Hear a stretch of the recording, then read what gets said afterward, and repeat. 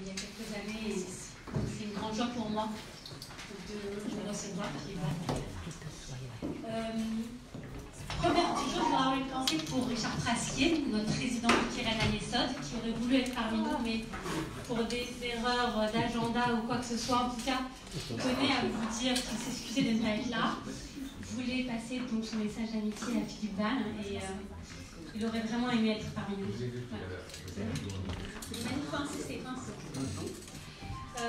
Voilà, alors le Keren Ayesod, beaucoup d'entre vous connaissent, certains d'entre vous ne connaissent peut-être pas encore. Et on est toute une équipe aussi bien de bénévoles, comme la division féminine, que de professionnels. Donc on a le directeur qui est là, on a plein de membres professionnels qui sont également parmi nous, qui sont là pour vous expliquer, pour vous donner encore plus d'informations. Ce que je tenais, moi, à partager avec vous, c'est que pour moi, l'aventure a commencé il y a maintenant 6 ans, quand on m'a proposé de prendre la présidence du comité féminin. Alors j'étais une gamine, merci à Judith de m'avoir du coup fait grandir, parce que Judith Cour, c'est la présidente, vice-présidente, à l'époque m'a dit allez, il faut y aller. Et c'est comme ça que l'aventure a commencé. La division féminine, comme vous l'avez vu, il n'y a pas que des femmes, parce qu'on accueille des hommes. On est ouvert d'esprit, des deux cœurs. Le Keren Ayesod, si vous ne le savez pas, c'est une organisation qui, à travers le monde, lève des fonds pour venir en aide en Israël.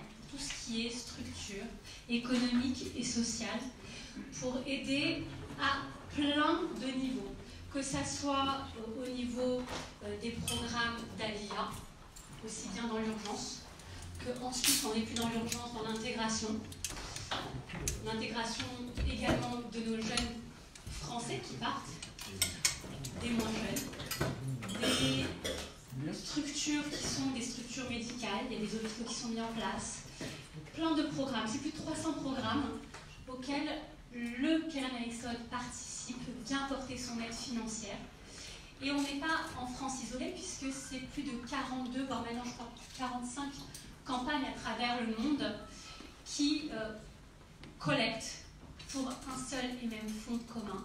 Et ce fonds est en Israël et permet d'aider toutes les personnes, aussi bien en Israël que la relation également avec la diaspora. Alors, vous pouvez le constater, cette année, il va y avoir un bébé qui va naître. Voilà. Un nouveau petit Keren Ayesod. On n'a pas encore choisi de prénom, ce ne sera peut-être pas Keren. Mais il y a un deuxième bébé. Ce bébé, il va avoir 100 ans. C'est le Keren Ayesod. 2020, ça a fait 100 ans du Keren Ayesod. Oui, c'est né en 1920. Et donc, vous allez avoir des très beaux événements en 2020. On vous sollicitera pour faire la fête avec nous parce que ça ne sera pas. Voilà, ce que je voulais vous dire, c'est que n'hésitez pas. Vous avez des questions, interrogez-nous. On est là pour vous renseigner sur ce qu'on fait au quotidien, sur comment militer, comment s'investir, comment savoir. Si vous êtes en Israël, on peut également vous montrer les programmes du Keren Ayesod. C'est vraiment extraordinaire de voir ce qui est fait pour toutes les personnes qui sont en Israël, quelle que soit d'ailleurs leur religion et leur provenance. Merci à vous. Philippe Val, merci encore énormément d'être avec nous ce soir. Caroline Yadan, avocate et membre, ce soir, journaliste. Caroline, donc membre du comité féminin, va interviewer sur son dernier livre, Philippe Val, qui est un roman donc, autobiographique et qui en dit très très long sur vous. Merci beaucoup.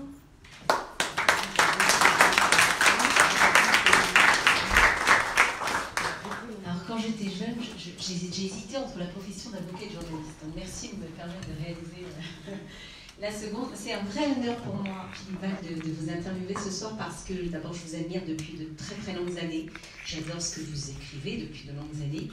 Et puis je dois dire que la lecture de votre dernier livre, donc, qui est là et que j'incite vraiment tout le monde à acheter, est une merveille absolue, c'est une merveille d'écriture, c'est un livre qui est juste, qui est sincère, qui est authentique, qui est brillant. Vous avez une plume acérée et incroyable. En fait, c'est l'histoire de la moitié du XXe siècle. Et c'est l'histoire à la fois de votre vie et de cette histoire-là. Donc c'est une histoire dans l'histoire. Voilà, c'est vraiment un livre, moi, qui m'a énormément touchée. Et toutes les personnes qui l'ont lu autour de moi ont été touchées de la même manière. Donc vraiment, vraiment, je vous incite tous à prendre à lire cet ouvrage de grand talent. Vous avez une vie singulière et atypique, Philippe Val. Et moi, je voudrais savoir qu'est-ce qui a fait, c'est ma première question, qu'est-ce qui a fait qu'après 15 essais, parce que vous étiez que dans les essais, vous avez eu envie d'écrire en fait quelque chose qui n'est pas un essai, mais une autobiographie, puisque c'est une autobiographie romanesque qui se lit comme un roman, dans laquelle vous parlez à la troisième personne, vous ne dites pas je, vous dites Philippe. Donc pourquoi une autobiographie après tant d'essais et pourquoi la troisième personne? Alors, d'abord merci pour toutes ces gentillesses que je ne sais pas si je les mérite, mais pourquoi? Alors, ça peut être plus compliqué à répondre. Déjà, je vais commencer pourquoi pas un essai, parce que j'en ai écrit pas mal. J'ai écrit d'autres choses que des essais. J'ai écrit beaucoup d'articles, évidemment, parce que j'ai passé 20 ans de ma vie à faire du journalisme, mais j'ai passé aussi 25 ans de ma vie à faire des spectacles avant de faire du journalisme, je fais de la scène, je fais de la musique, du théâtre, de la chanson. J'ai vécu de ma plume, si vous voulez, voilà, depuis l'âge de 17-18 ans, j'ai vécu de ça, en réalité. Et donc, je n'avais pas encore écrit de roman, j'avais essayé de faire une espèce de machin autobiographique il y a longtemps, et puis mon éditeur, Grasset, à l'époque, m'a demandé d'écrire une espèce d'autobiographie intellectuelle. Vous voyez, comment, partant de là où tu es parti, tu en es arrivé là, quoi, intellectuellement, en quittant l'école assez jeune, enfin vers 17 ans, et puis on arrivait, bon, j'ai essayé, puis j'y arrivais pas. J'y arrivais pas parce qu'au bout de 80 ou 100 pages, je trouvais que c'était un ennui, je trouvais ma vie emmerdante, et à raconter, vous voyez, comme ça, bon, ok, j'ai lu des livres, j'ai rencontré des gens, bon. Et puis finalement, l'idée m'a trotté dans la tête et je me suis rendu compte que, quand même, d'abord j'ai eu un fils, alors que j'étais déjà un peu âgé, j'avais jamais eu d'enfant, et ce petit enfant qui arrivait, je me suis dit, il faudrait quand même qu'il sache d'où il vient, pas simplement de moi, mais de quel siècle il sort. Lui qui arrive au XXIe siècle, dans quel monde il arrive.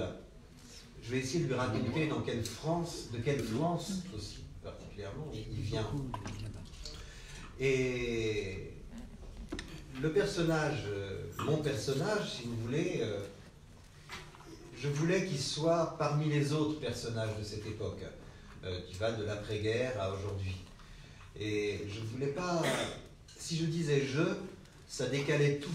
Je ne pouvais pas traiter le personnage comme je traitais les autres personnages. Et alors, au début, dans la première... Enfin, il a fallu que j'invente un narrateur. En réalité, j'ai inventé un narrateur qui raconte cette histoire.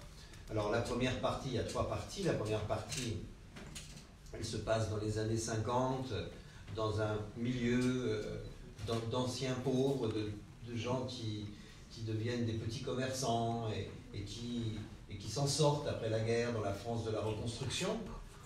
Et ça va comme ça jusqu'en 68, c'est donc l'enfance. Après 68, le monde change. Il y a quelque chose qui bascule. et surtout, ma vie, elle aussi bascule. Je n'étais pas destiné à chanter dans les cabarets qui étaient tous nés après la guerre, ces cabarets, voilà, bon, et qui disparaissent les uns après les autres, remplacés par les cafés-théâtres. Au moment où j'ai 20 ans, où je commence, les cabarets ferment. Je me fais engager dans des cabarets, l'Écluse ou la Contrescarpe, pour ceux qui sont entraînés dans ces quartiers-là, dans ces années-là. Je me fais engager, 3 semaines après, ça ferme. C'est difficile de trouver du boulot. Et c'est remplacé par les cafés-théâtres. Donc j'arrive à la charnière où on va, avec quelques amis, faire cette nouvelle forme d'expression. On va aller dans les cafés-théâtres. Bon. Il y a toute cette période dans le monde de la culture des années 70 et des années 80, dans lequel je suis très actif, puisque je fais partie d'un duo vedette, qui devient assez vite vedette. Et puis, après, je fais des journaux à partir de 1990-91, poussé par Cabu. On refonde Charlie Hebdo. Et c'est une 3e époque, mais c'est aussi une 3e époque française, puisque dans les années 90, la France va encore beaucoup changer. Une page va se tourner. Et voilà pourquoi il y a 3 parties dans ce livre, racontées par ce narrateur, où on voit donc mon personnage qui rencontre des personnalités diverses. Et c'est peut-être une chance, je ne sais pas, si vous voulez, il y a tellement de choses qui font qu'on est là plutôt qu'ailleurs, des choses absolument incontrôlables, qui fait qu'on est à cet endroit-là plutôt qu'à un autre endroit, à une certaine période de la vie, mais cette conjonction de choses improbables, si vous voulez, a fait que j'ai rencontré de façon assez proche des gens qui ont fait le siècle, qui ont marqué, soit politiquement, soit artistiquement, soit intellectuellement, qui ont marqué le siècle. Et il y a aussi cette relation avec ces personnages qui ont animé en quelque sorte la vie française. Alors, vous anticipez beaucoup sur mes questions, merci. Alors, on va revenir justement, donc vous avez évoqué le fait que le livre était en 3 parties, donc il y a Philippe Val enfant, Philippe Val artiste, Philippe Val journaliste. On va évoquer d'abord votre enfance. Alors, c'est pas une enfance très heureuse, vos parents divorcés à une époque où les parents ne divorçaient pas, vous restez avec votre père. Mais vous arrivez à... En fait, il y a quelque chose qui va vous nourrir toute votre enfance, c'est 2 choses, la musique et la littérature. Vous allez vous imprégner de musique et de littérature, et c'est ce qui va vous permettre de tenir. Et en réalité, on retrouve ces 2 passions aujourd'hui qui sont incontournables chez vous, la musique et la littérature. Et puis, dans la littérature, il y a quelque chose de particulier une reconnaissance, ou en tous les cas une découverte d'un auteur qui va vous émouvoir plus particulièrement, et c'est Émile Zola. D'où le titre aussi, donc expliquez-nous pourquoi ce titre, et qu'est-ce qu'Émile Zola vous a apporté particulièrement dans votre vie. Est-ce que vous vous retrouvez encore dans lui aujourd'hui, voilà, et puis ensuite on évoquera les autres parties de votre vie. Alors, j'étais dans un milieu qui ne s'intéressait pas à la musique et qui ne s'intéressait pas à la littérature. Enfin, ma mère, plus que les autres, mais ma mère était partie. Donc peut-être aussi que c'est l'absence de ma mère qui m'a... C'est peut-être une façon de la retrouver que de m'immerger dans la musique. Mais quand on dit la musique, c'était pas la grande musique, c'était ce qu'on entendait dans les postes de radio, c'était ce qu'on achetait au début dans les 78 tours, et après les micro-sillons. Mais c'était des chanteurs populaires, des chanteuses populaires, c'était cette musique-là d'abord. Quand il y avait de la grande musique, comme on appelait ça à l'époque, ça me plaisait aussi, mais c'était pas ce qui m'arrivait en premier. Mes premières amours musicales étaient des chansons de ce qu'on appelle de variété, vous voyez. Et j'ai gardé un amour profond pour ça. C'est ce qu'on pourrait appeler la pop culture aujourd'hui, hein, c'est une chanson populaire. Et donc j'étais pas dans un milieu littéraire ni artistique, Mais voilà, il y avait quand même des livres à la maison, mes frères lisaient un petit peu, et moi j'aimais lire. Et un jour, voilà, j'ai commencé à lire Les Rougon-Macquart, j'ai commencé à lire Zola. J'avais, je ne sais pas, 14 ans, mais j'ai dévoré Zola. J'ai une passion, comme on a une passion pour un chanteur, vous voyez, comme on est fan d'un chanteur. J'étais fan de Zola, vous voyez. Je lisais ses livres avec vraiment beaucoup de passion. Et puis du coup, après, je me suis intéressé à Zola lui-même et à son histoire. J'ai lu une biographie, voilà. Et je suis tombé sur l'affaire Dreyfus et sur Zola dans l'affaire Dreyfus. Et ça a sans doute été mon admiration. En plus, si vous voulez, mon écrivain favori était un héros par-dessus le marché. En plus d'être un écrivain merveilleux qui me donnait beaucoup de plaisir, c'était de surcroît un héros, un grand héros. Peut-être un des plus grands héros de son temps, intellectuellement, un des derniers grands héros intellectuels. Et donc, je me suis plongé dans l'affaire Dreyfus. Mon professeur de français me faisait faire des exposés sur Zola, sur l'affaire Dreyfus. Enfin, bon, il m'aimait beaucoup, donc il me poussait dans mes passions. Et tant et si bien que quand je suis arrivé en terminale, mes parents, le directeur de l'école voulaient que je fasse une classe scientifique, parce que je me démerdais en mathématiques, mais bon, voilà, j'étais pas...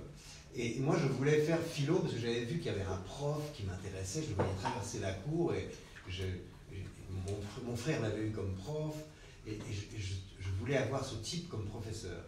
Et donc, j'ai décidé de faire philo. Et mon père ne voulait pas, mais le directeur de l'établissement non plus. Il a dit à mon père, il faut absolument qu'il fasse... Voilà. Et moi, je me suis entêté, et je revois mon père dans son fauteuil, dans la salle à manger, en train de lire son journal, et qui était furieux contre moi. Et moi, je dis, je vais faire philo. Et mon père, il dit, ben, il a craqué, il dit, ok, d'accord, tu vas faire philo, très bien, très bien, très bien. Tu finiras clochard comme ton Zola. J'ai essayé de lui expliquer qu'il n'avait jamais été clochard. Il n'avait rien à faire, le dialogue était rompu, si vous voulez. J'ai trouvé que cette phrase faisait un bon titre pour un livre.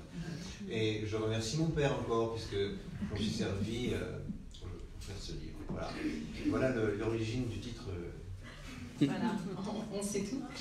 Donc ça, c'est la première période de l'enfance. Ensuite, il y a une seconde période, la période artistique. Alors ça, c'est vraiment la période qui est, que vous décrivez avec justesse, avec drôlerie aussi. Il y a beaucoup d'humour dans votre livre.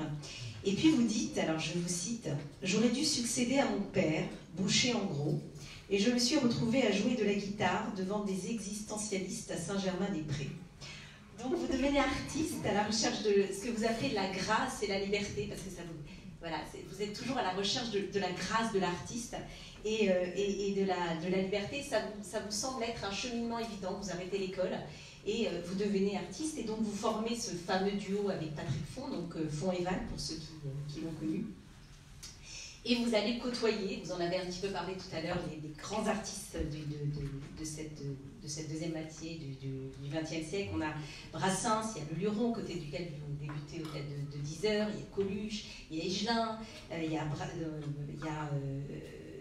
Léo Ferré, Renaud, Gainsbourg, Charles Trenet, Nougaro, Charles Trenet qui est votre idole.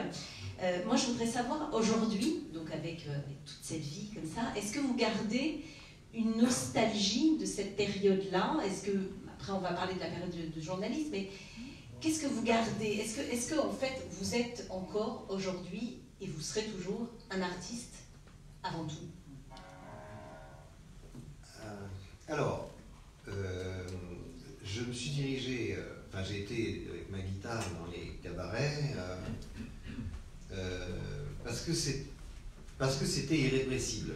Je ne voyais pas d'autre moyen de gagner ma vie en écrivant, déjà pour commencer. Et puis j'ai pas eu le choix, si vous voulez. Je n'aurais pas su faire autre chose. Et ça, c'est quelque chose d'important à dire. C'est que quand les gens disent « Ah, mais vous avez fait ça, c'est formidable. » Oui, mais non, mais je n'ai pas choisi. Vous voyez, on est poussé par quelque chose.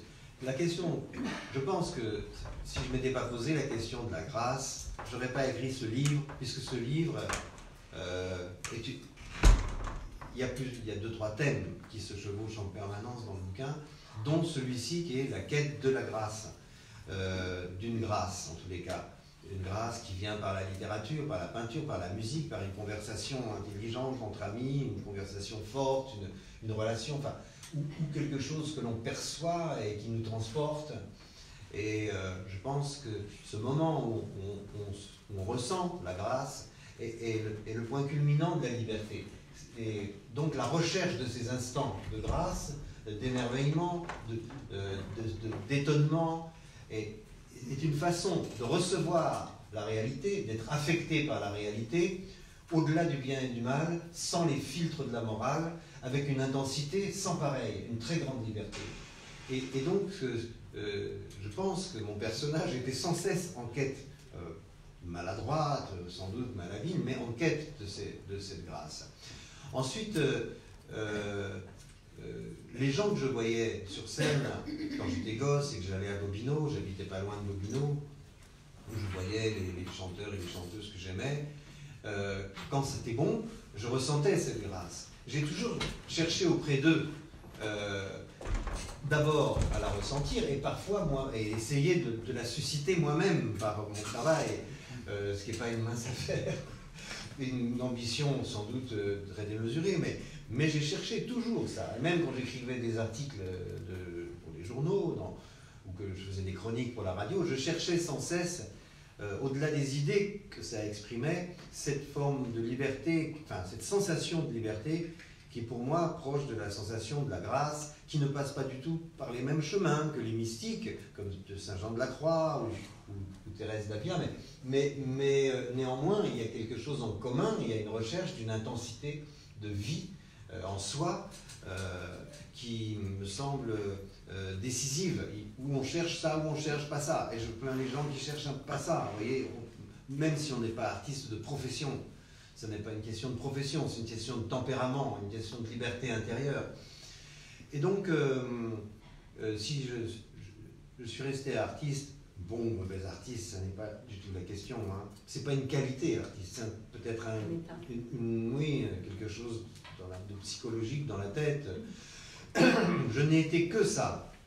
Je n'étais que ça dans la mesure où par exemple, quand j'étais journaliste, en fait, j'ai jamais pensé une seconde que j'étais journaliste. Je faisais le journaliste. En italien, on dit faccio il giornalista, faccio l'avvocato. Bon.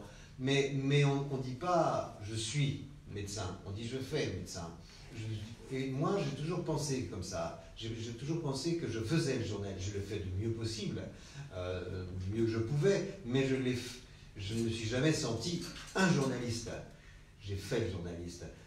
Par contre, je me sentais artiste. Enfin, je me sentais, une fois de plus, c'est pas une qualité, mais je me sentais artiste. Vous voyez, voilà. D'où peut-être aussi le fait que c'est pas un essai, que j'ai voulu faire quelque chose à ma manière, avec quelque chose d'artistique, parce que c'est la seule chose qui compte pour moi. C'est la seule chose importante. Quand on produit quelque chose, quand on donne quelque chose, quand on transmet quelque chose aux gens, pour moi, il est important que ce soit, même si ça ne se voit pas au premier abord, mais artistique. Que ça donne une jubilation, que ça communique, pas simplement un savoir, mais une sensation de liberté. Et de, peut-être, c'est un grand mot, mais de vérité au moins, de la vérité sur l'instant, même si la vérité est changeante. Voilà. Mais vous le dites très bien en fait, alors vous le redites là très bien, mais vous l'écrivez très bien parce que c'était après, mais c'est pas grave, du coup je peux mélanger, mais c'est très très bien. Parce que vous gardez cette âme d'artiste là et vous le dites en fait, vous dites plus tard, quand Philippe deviendra journaliste, il aimera son métier, mais sans le sentiment d'appartenance, sans la compassion, sans l'admiration, sans la complicité charnelle, sans l'infinie tolérance qu'il éprouve encore aujourd'hui pour ce monde souvent ridicule, parfois grandiose, toujours vacillant entre le sordide et le sublime. Sans cette tribu disparate de clowns et de tragédiens, voyageurs clandestins tolérés dans le train de l'humanité, le monde serait une caserne dont tous les miradors, les tours de guet, les fenêtres, les chemins de ronde ne serviraient qu'à voir s'approcher la mort. Donc c'est exactement ça. Et en fait, vous êtes artiste, mais votre art passe avant tout par l'écriture. En fait, c'est l'écriture qui vous anime. Et d'ailleurs, pendant toutes ces années d'artiste, vous écrivez comme une nécessaire survie. Vous écrivez des chansons, vous écrivez des sketchs, vous écrivez des poésies. Et vous dites, son écriture n'était puissante qu'à la condition de trouver en lui, entre la chair et l'os, ce qu'il pensait profondément. L'écriture était pour lui le lien de la vérité à tout prix. Et je crois que c'est ce qui fait aussi qu'on s'attache à vous dans cette écriture, c'est cette notion d'authenticité, de vérité, parce qu'on vous sent tel que vous êtes. Et puis vous allez rencontrer Gainsbourg pendant ces années d'artiste. Et Gainsbourg, alors que vous êtes en plein succès avec Patrick Font, vous dit « C'est rigolo votre duo, mais il faut que tu t'en ailles. Tu devrais arrêter de travailler avec Patrick. Tu as autre chose à dire. Tu as autre chose à dire. » Et c'est cette question qui va vous tourmenter pendant très longtemps. Et puis vous allez rencontrer Cabu. Et puis Cabu va vous dire bah, on va faire un journal ensemble.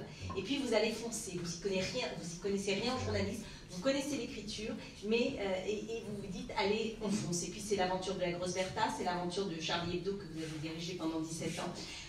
Et c'est aussi France Inter. Alors, du coup, j'allais vous poser une question, mais vous avez déjà répondu à cette question, parce que quand vous dites « il n'a jamais cessé d'écrire des chansons en réalité », sauf qu'elles ont pris la forme d'articles, de reportages, de chroniques en ce sens, il a fait du journaliste.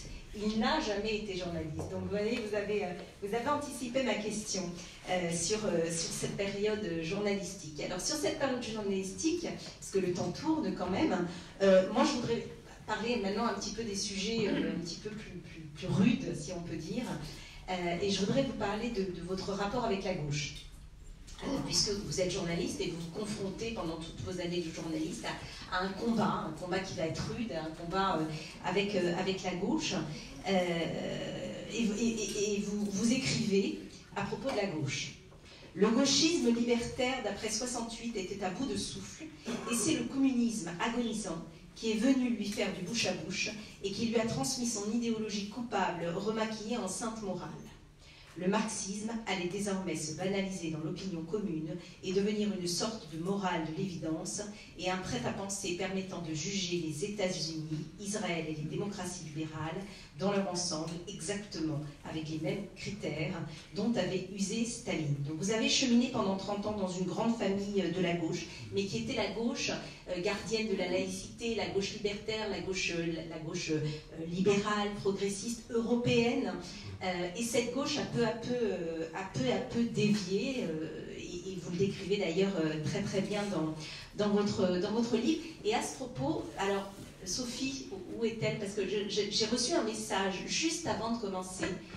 Sophie, est-ce que tu as mon portable quelque part? Je l'ai donné à l'autre Sophie. Voilà, tu l'as. Je voudrais juste vous dire, parce que j'ai trouvé que c'était tellement vrai par rapport justement à cette gauche, parce que ma question c'est, est-ce que cette gauche-là, cette gauche donc gardienne de la laïcité, celle qui n'a pas substitué la morale à la politique, est-ce qu'elle existe encore? Et je voudrais juste vous dire, vous lire le petit message, voilà, c'était pas prévu, mais j'ai dit que j'allais faire, parce que c'est vraiment sur ce que je suis en train de dire. Donc il s'excuse de ne pas être présent, il devait venir. Plus sérieusement, j'aime beaucoup Philippe Val, dont je suis le positionnement honnête depuis la direction de Charlie, avant même l'affaire des caricatures. Pour tout dire, c'est à sa gauche que j'appartiens. Je sais que c'est un peu ringard de se dire de gauche, mais voilà. Je relis très fréquemment l'un de ses éditos, Les traîtres et les crétins, qui pour moi dit tout, et que je n'arrive pas d'ailleurs à retrouver sur ma page, et qui est noyé sous les tonnes d'injures à son égard. Voilà. Donc voilà, est-ce que cette gauche-là, Philippe Val, cette gauche qu'on regrette, pour laquelle souvent on a adhéré, est-ce qu'elle existe encore? Je suis le mauvais juge, mais effectivement, elle a disparu. Elle n'est plus représentée par des grandes figures.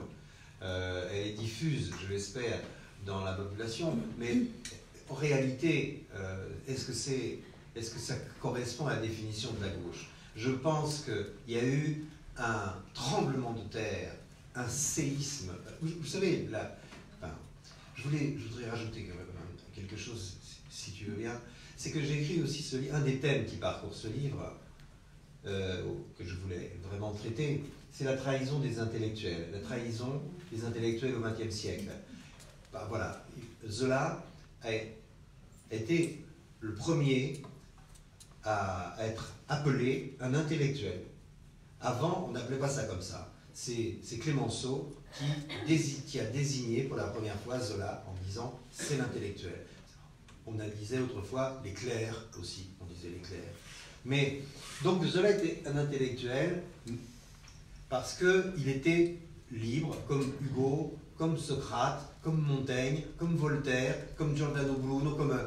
voilà, c'est comme Spinoza, comme une grande liberté qui peut changer d'avis en fonction des modifications de la réalité, des changements de la réalité. Un intellectuel doit pouvoir changer ses analyses quand la réalité... Or, à partir de 1917, et la prise de pouvoir par Lénine, et puis ensuite, 5 ans plus tard, la prise de pouvoir par Mussolini, à partir de cette époque-là, en France, parce que la France est un creuset idéologique, à partir de ce moment-là, la majorité des intellectuels ont trahi. Ils sont rentrés soit au parti fasciste, soit au parti communiste, parfois dans les deux, ils sont allés de l'un à l'autre. On a un peu oublié ça. C'est absolument incroyable. Mais c'est comme ça. Et ils ont, au lieu de parler du réel, ils ont nié la réalité quand la réalité venait contredire l'idéologie. C'est-à-dire qu'ils ont trahi ce pourquoi ils se prétendaient exister. Et c'est vrai pour des artistes, Aragon, Sartre, c'est vrai pour des comédiens, c'est vrai pour des écrivains. Il y a eu un problème terrible avec le mensonge. Je voulais raconter à la génération qui vient maintenant, c'est-à-dire celle de mon fils peut-être, qui a 5 ans. Donc, mais vous venez aussi d'un siècle de menteurs, de gens qui ont menti, qui ont trahi ce pourquoi ils étaient faits normalement. Il y en a qui ont sacrifié vraiment, qui étaient des génies littéraires, comme Aragon, mais il aurait pu être Victor Hugo, il n'est qu'Aragon. Et parce qu'il a menti toute sa vie. Et ça ne fait pas une grande œuvre, ça fait une œuvre de virtuose, mais ça ne fait pas une grande œuvre. Les peintres s'en sortent un peu mieux, mais voilà. Donc, si vous voulez... le début de ta question, c'était... J'ai fait une boucle. Est-ce que la gauche, est-ce que oui, cette gauche-là, donc, elle existe? Il y a eu toujours des gens. Il y a eu évidemment Blum, il y a eu Camus, il y a eu Aron, il y a eu des gens comme ça qui étaient des héros dans ce monde qui leur était profondément hostile. Quand on voit comment Sartre a été Camus, c'est terrible. Bon, puis Camus est mort trop tôt. Mais vous voyez, c'est une histoire tragique, l'histoire des intellectuels au XXe siècle. Là, je suis dans... Donc, Madame la Présidente, une des femmes, donc il y a eu un miracle qui s'est produit, c'est que malgré tout cela, et grâce sans doute notamment à Freud, à tout, il y a quelque chose qui s'est passé au XXe siècle malgré tout pour les femmes, qui est la grande révolution du XXe siècle.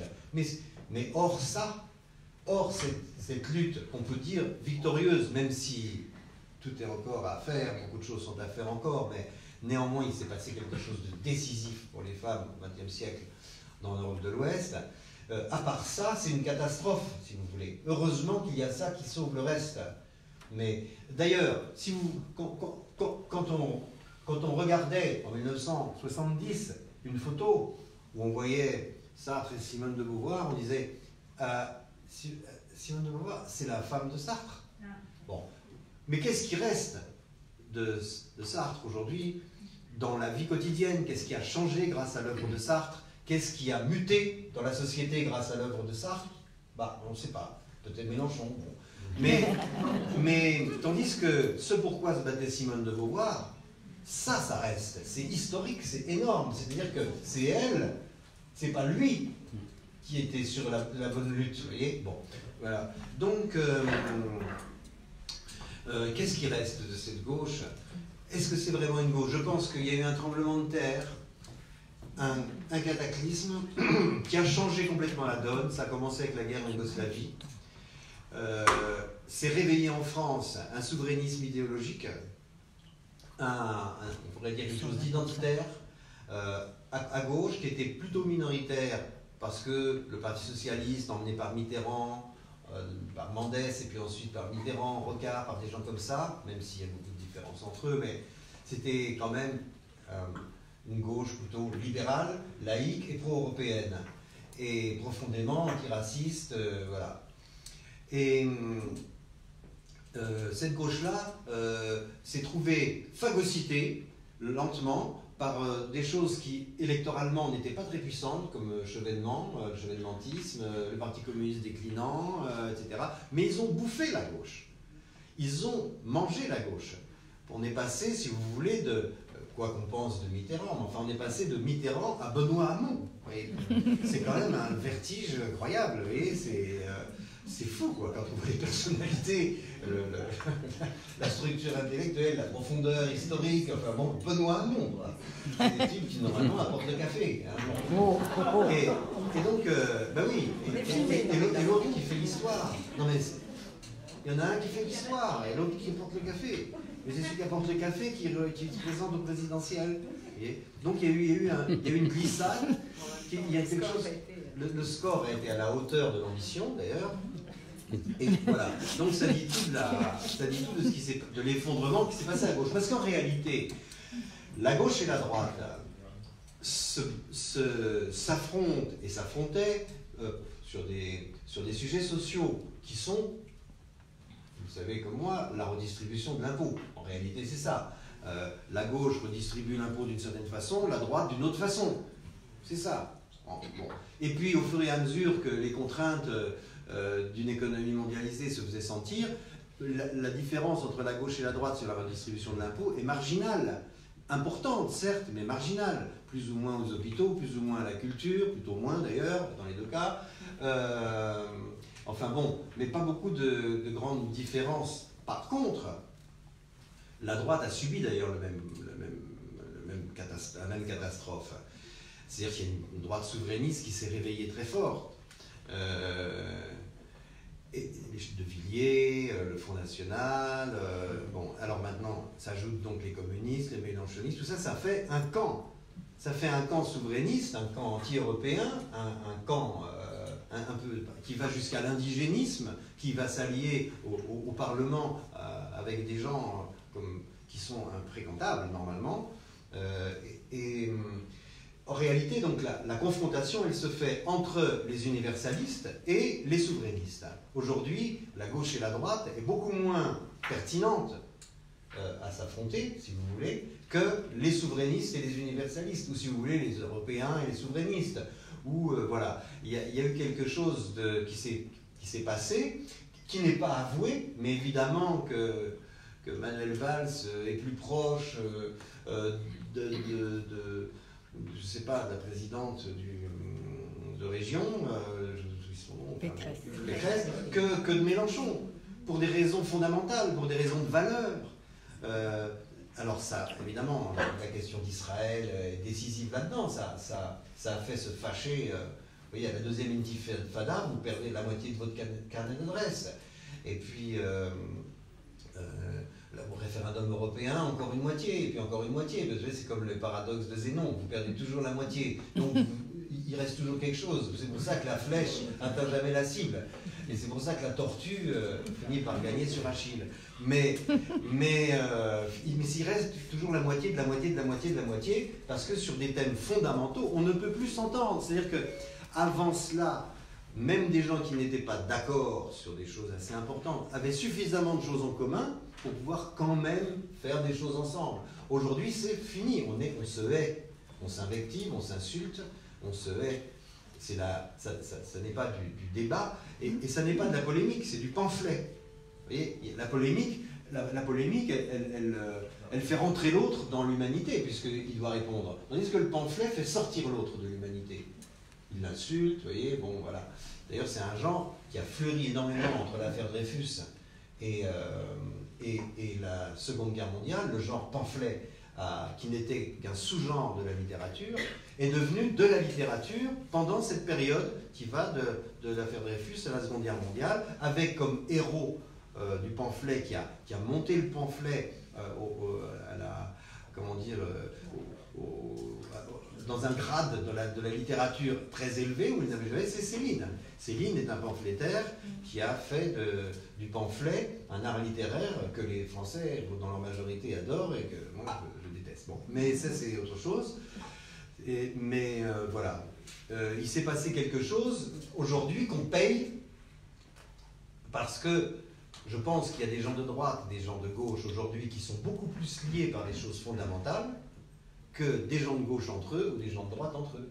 Et c'est clair. Et d'où le succès de Macron, peut-être aussi. D'où le succès de Macron qui se situe effectivement un peu entre les deux. Quoi. Oui, non mais, vous voyez, moi je ne veux pas rentrer dans ce débat, mais c'est au moins... Sans parler de politique, mais voilà. on est face On est face à ça. à ça. Macron, oublions tout le reste, le grand dessein politique, le seul grand dessein politique inédit depuis la Seconde Guerre mondiale, qui suppose des abandons de souveraineté en temps de paix, ce qui n'est jamais arrivé dans notre histoire. Le grand dessein politique, le grand espoir pour la jeunesse, pour les gens à venir, c'était la construction européenne qui est porteuse d'une puissance démocratique, enfin, d'une idée de puissance démocratique contagieuse. Et ça, c'est la guerre maintenant contre ça. On voit bien l'Angleterre, on voit bien, etc., ce qui se passe en ce moment. Donc ce grand projet politique, cet unique grand projet politique, cette grande idée, née au XIXe siècle, chez Hugo, reprise par Churchill, eh bien, aujourd'hui, c'est elle qui structure les oppositions. C'est cette idée-là. Et Macron, pour notre chance, quoi qu'on en pense, est un Européen. C'est un vrai Européen. Il se situe dans le camp des Européens. Après, on est d'accord ou pas d'accord sur ceci, sur cela avec lui. Mais au moins, il n'a pas trahi ça. Et même Mitterrand, qui a un parcours politique extrêmement compliqué, un pied à Londres, un pied à Vichy, un pied à Muscat, un pied à Cliff, un pied à Mitterrand. Bon, un pied avec les Serbes, un pied avec les Bosniens, enfin bon, Mitterrand. Néanmoins, son parcours, un peu comme ça, on ne peut pas le saisir si on ne sait pas que c'est un homme qui a connu la guerre et qui a au moins un point commun avec les Schuman, avec ça, c'est qu'il est profondément européen et il pense que c'est une mission d'établir la paix sur le continent en construisant l'Europe. Au moins, il y a ça chez Mitterrand. Il a travaillé à ça, ses relations avec Kohl, enfin tout ça, comme De Gaulle avec Adenauer. De Gaulle n'aimait pas tellement l'Europe, mais il savait que c'était une mission historique de construire l'Europe. D'où la fameuse réconciliation. Donc je pense que ce qui structure la vie politique aujourd'hui, c'est ça. Europe ou pas Europe. Après, la droite ou la gauche, c'est presque anecdotique. C'est un peu plus de TVA, un peu moins d'aide médicale d'État, ou un peu plus, vous voyez. Et cette idéologie de gauche, en fait, la continuité, j'allais dire, c'est sa complaisance vis-à-vis d'un phénomène dont vous avez été victime, j'allais dire par ricochet, c'est évidemment le terrorisme et l'islamisme. Et à ce propos, vous écrivez concernant la naissance de cette idéologie-là. C'est en Algérie, dans les années 60. Dans ce mélange curieux de la haine et de la France, vous aviez été voir un ami algérien, de dictature militaire, de communisme et d'islam, qu'a germé l'ultime monstruosité idéologique inventée par le XXe siècle. Aujourd'hui, elle fascine l'ultra-gauche et l'ultra-droite, qui voient en elle leur héritière inespérée. Le fascisme et le communisme, n'ayant plus de pays à terroriser, se sont repliés dans la banlieue la plus misérable de l'islam pour mettre au point l'idéologie terroriste avec laquelle le monde doit apprendre à vivre au XXIe siècle. Alors c'est d'autant plus vrai pour vous que vous avez que de nombreux amis ont été assassinés pendant les attentats de Charlie, que Cabu, votre ami de 35 ans, vous y étiez très proche à Péry, que vous avez, suite aux caricatures de Mahomet, il y a une fatwa qui a été lancée contre vous, donc vous êtes protégé 24 heures sur 24. Voilà, je tiens à saluer votre garde du corps d'ailleurs, qui ne compte pas ses heures. Garde du corps, officier de sécurité, pardon. Voilà, donc vous avez des gardes du corps qui vous suivent quotidiennement. Malgré cela, il y a quand même encore une partie de la France qui est prête à sacrifier la laïcité, la liberté d'expression. C'est toujours vrai actuellement. Qu'est-ce qui vous fait tenir, Philippe Val? Qu'est-ce qui fait que vous avez ce courage-là et que malgré tout, vous continuez? Vous n'êtes pas un peu fatigué de tout ça? Il situe où d'où il vient votre courage? Alors, il y a plusieurs choses. C'est une question très délicate, parce que si je réponds d'une façon ou d'une autre, c'est impossible de répondre à ça. D'abord, une première chose. Quand on était gosse, vous avez cité les officiers de sécurité. Quand on...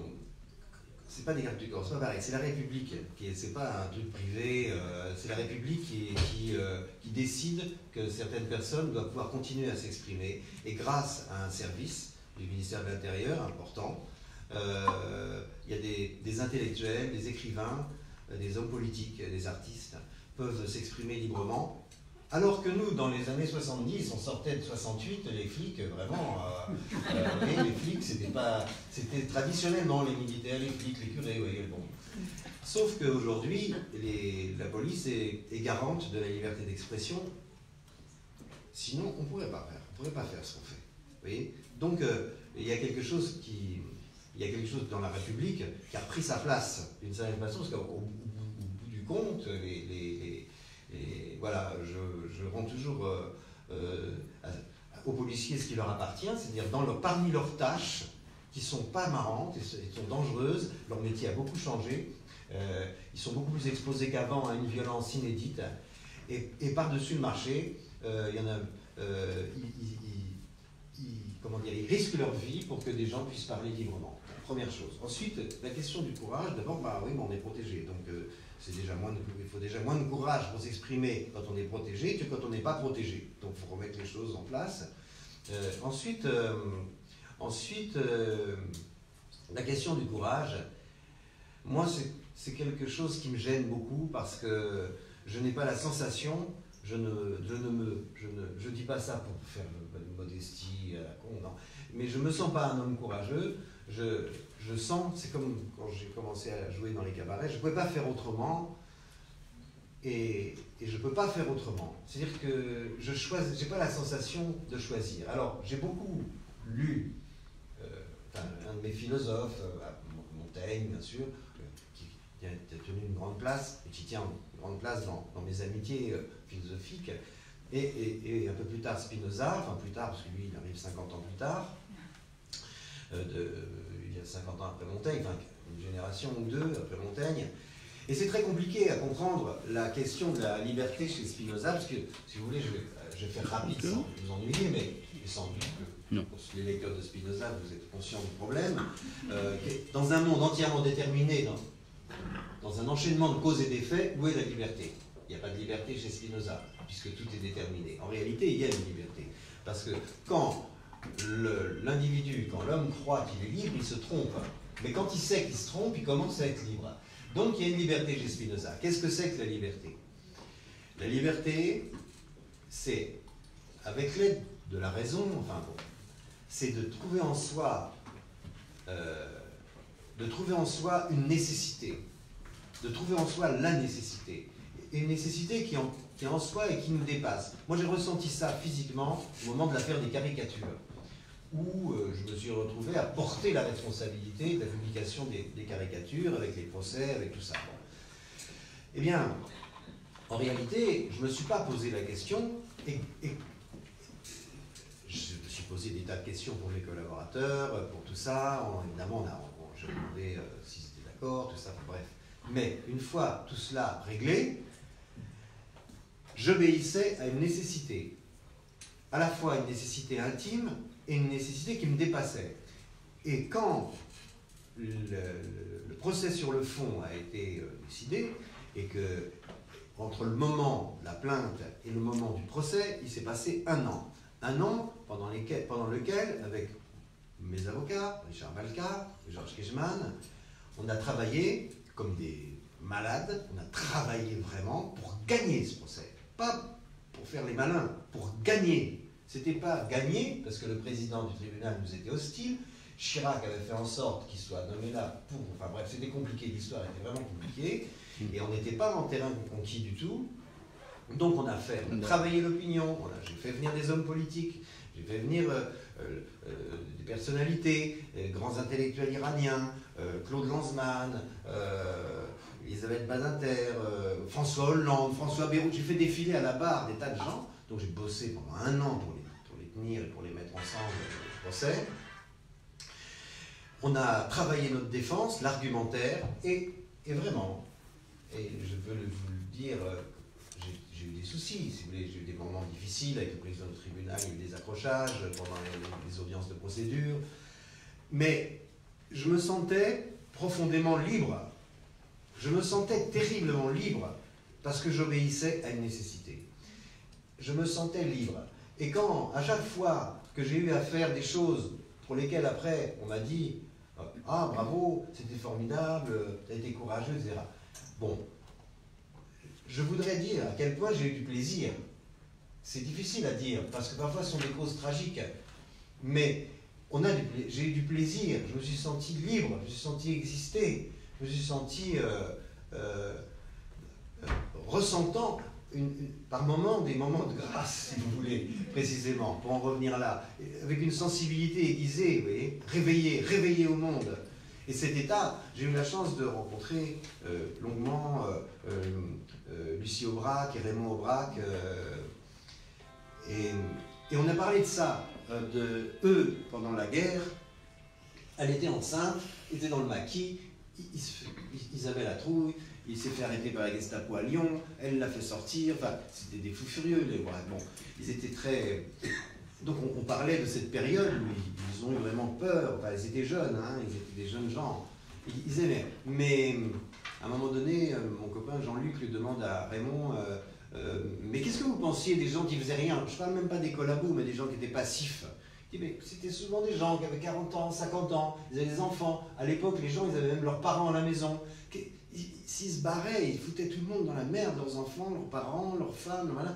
Nous, on avait 20 ans, enfin 20 ans, 23 ans, on était libres, on a vécu formidablement. Enfin, vous voyez, ils reconnaissaient ce bénéfice. Moi, je pense qu'on ne peut pas résister, on ne peut pas défendre des causes qui nous tiennent à cœur si on n'avoue pas qu'on en tire un immense bonheur.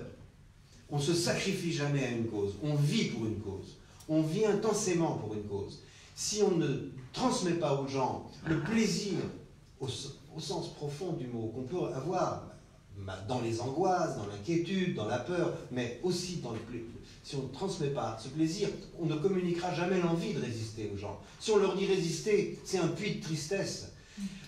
Défendre des choses qui nous semblent totalement, absolument nécessaires à défendre, parce que c'est des questions de vie ou de mort de notre démocratie, de notre vie quotidienne, donc, eh bien, si on ne transmet pas le plaisir qu'il y a, l'intensité de vie qu'on ressent, on ne transmet rien, on ne transmet pas le désir, vous voyez. Donc, le courage peut-être, mais en tous les cas, l'intensité de vie, oui. On est attiré par ça, vous voyez.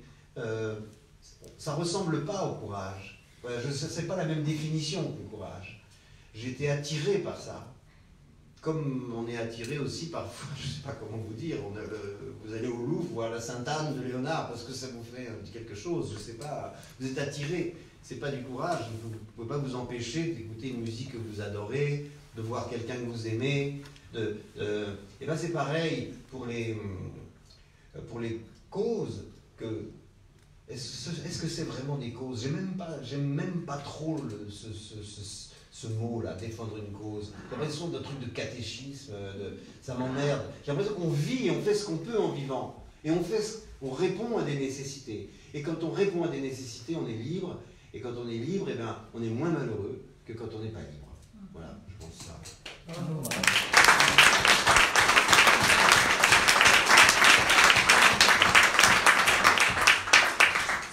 J'ai bien fait de vous poser des questions. Et donc on continue dans cette liberté, dans ce combat, dans cette nécessité qui passe aussi par l'antisémitisme. Enfin, votre combat contre l'antisémitisme qu'on connaît tous, qu'on apprécie évidemment, hein, surtout dans cette salle. On est heureux, nous. On est heureux de vous avoir à nos côtés. Et vous dites dans votre livre, l'antisémitisme est le nom du boson, qui est donc une particule fondamentale de la gauche, l'élément indicible que l'antisionisme dissimulait comme le nez rouge dissimule le clown, et qui a fini par montrer son visage au moment même où il approuvait que les femmes arabes couvrent le leur. Vous avez combattu toute votre vie, en fait, contre cet antisémitisme-là. Vous l'avez rencontré très tôt, en fait, à Charlie, déjà. Et vous combattez tout le temps les délires, la haine anti-israélienne, l'antisionisme, parce que vous avez très vite compris aussi que cette gauche de Léon Blum était passée à la gauche de Tariq Ramadan, qui compare la résistance palestinienne à la résistance du nazisme. Et vous avez d'ailleurs été à l'origine du manifeste contre l'antisémitisme en avril 2018, qui a regroupé 300 signataires. Donc c'est vraiment un combat qui est chevillé à votre corps. Vous trouvez les mots justes, vous comprenez, vous analysez exactement. Il y a quelque chose de spécial dans cette défense des Juifs et votre lutte contre l'antisémitisme. Est-ce que c'est le pendant direct de votre lutte contre le gauchisme, de la gauche qu'il est devenu? Est-ce que ça fait partie des valeurs intrinsèques? Est-ce qu'il y a un peu de Zola là-dedans? D'abord, il y a une chose amusante, c'est que quand j'étais en train de finir d'écrire ce livre, il y a les descendants du capitaine qui m'ont téléphoné pour que j'aille à Tel Aviv inaugurer la statue du capitaine Dreyfus avec eux, en présence des officiels. Enfin, bon. Donc j'y suis allé avec l'arrière-petite-fille d'Émile Zola, qui évidemment a lu le bouquin et qui m'a... Et donc effectivement, il y a eu... Mais, alors, je le raconte, je crois, dans le bouquin, la première fois il y a longtemps, je ne connaissais pas du tout Bernard Lévy, il me dit « J'aimerais qu'on se rencontre, si vous voulez venir chez moi, tel jour ». Donc je suis allé chez Bernard, et donc ça ne marche plus, c'est pas grave. Ça marche. Et donc, et il me dit « Mais qu'est-ce qui t'a motivé comment t'en es arrivé là, quoi, toujours cette histoire, comment t'en es arrivé là. Et moi je lui ai répondu spontanément, c'est vraiment, quand j'étais gosse, la découverte de l'affaire Dreyfus. C'est quelque chose, alors c'était pas simplement l'antisémitisme, c'était une pensée politique quelque part. Voyez. Ensuite, après il y a des choses qui n'ont rien à voir avec l'idéologie, des choses sentimentales, une personne dans ma vie qui a eu un rôle d'affection important quand j'étais tout gosse, et qui a vraiment été un compagnon adulte quand j'étais enfant, un compagnon précieux. Voilà, il y a eu des rencontres qui n'ont rien à voir avec l'idée de l'antisémitisme ou du problème de l'antisémitisme, etc. Surtout que la France d'après-guerre était très muette sur l'extermination des Juifs d'Europe, sur toute cette histoire, vous voyez. Il a fallu attendre les années 70 pour qu'on commence à en parler, vous voyez. Bon. Et donc,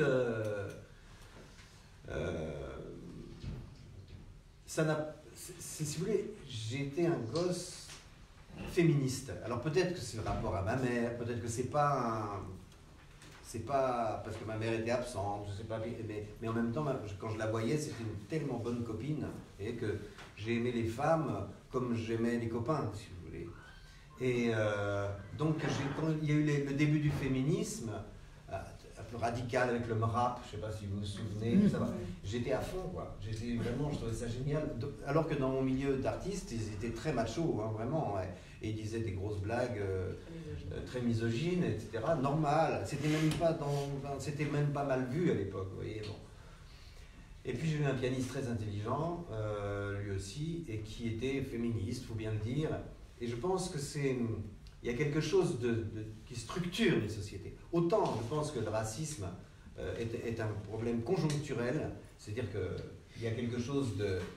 Par exemple, le racisme anti-arabe est lié à la période coloniale et à la période qui suit la décolonisation et puis l'immigration arabe en France. Donc comme il y a eu l'immigration polonaise dans l'Est et italienne, dans les pays miniers, etc. C'est conjoncturel, ça n'a jamais structuré la société. C'est des crises dangereuses, contre lesquelles il faut bien sûr lutter, mais ce sont des crises. Tandis que l'antisémitisme, c'est quelque chose, quand on commence à travailler dessus, on voit bien que ça a structuré le monde occidental, l'histoire espagnole, et française, anglaise.